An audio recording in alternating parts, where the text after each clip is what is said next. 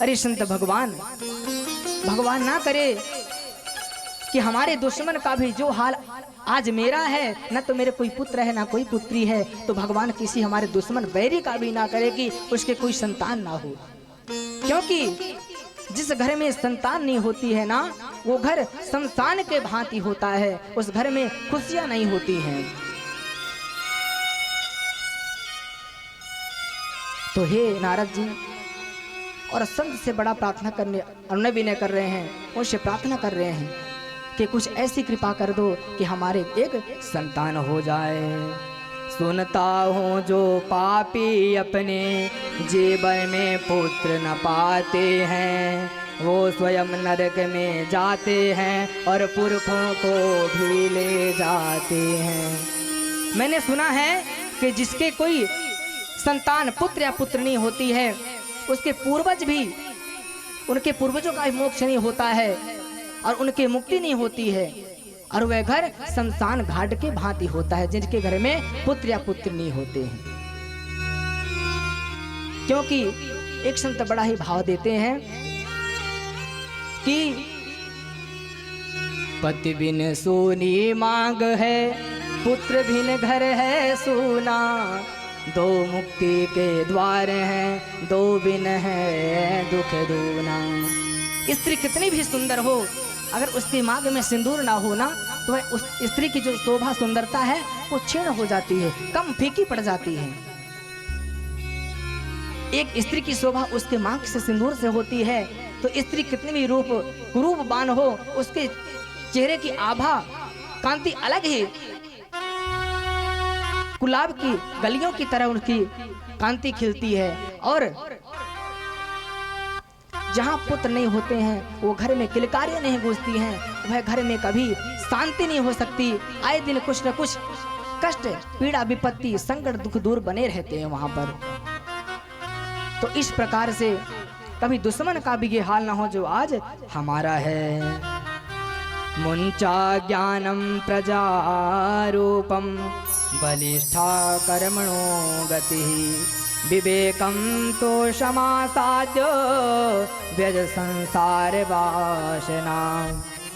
पंडित जी, आपसे किसने कहा दिया कि बेटी बेटे से सुख मिलता है? अगर संतान से ही सुख मिलता तो जानवरों के तो दर्जनों बच्चे होते हैं, फिर वो तो परम सुखी नहीं होते।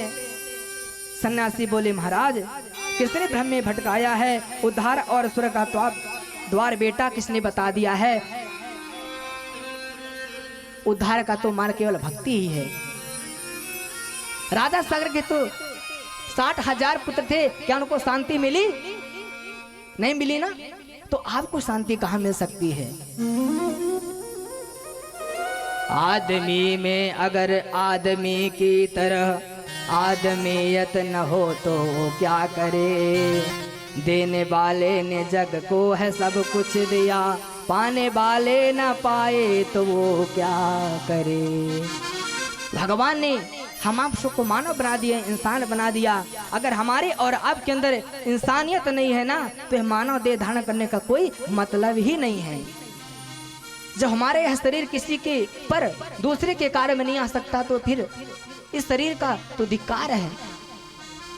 ये समान शरीर प्राप्त हुआ है परोपकार के लिए, दूसरों के कार्य को बनाने के लिए, दूसरों का दुख दूर करने के लिए।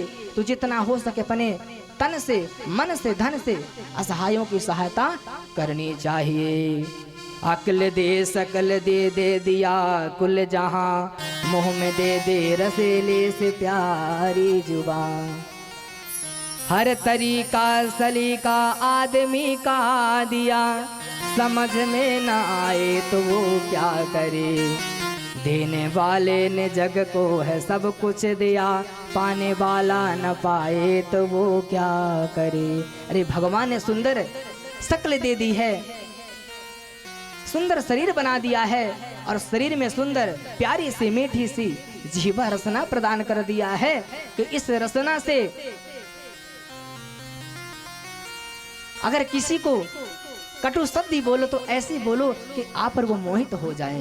ऐसे वाणी बोलिए मन का आपा खोए, और औरन को शीतल करे आप शीतल होए। अरे किसी को ऐसी वाणी बोलो ना कि दुश्मन भी आप पर आकर्षित हो जाए और भाव विभोर हो जाए। भगवान ने आपको सुंदर चेहरे के साथ साथ एक रसीली सी जीवा भी प्रदान की है कि भगवान का भजन करो, गुणगान करो और सत्कर्म सत्संग करो ताकि तुम्हारा कल्याण हो जाए। इस प्रकार से आज हमारे गुप्ता जी संपूर्ण नगरवासी और क्षेत्रवासियों का, अपने समुदाय परिवार का, अपने पूर्वजों का आज उनके कल्याण मोक्ष के लिए भागवत कथा का आयोजन करवा रहे हैं।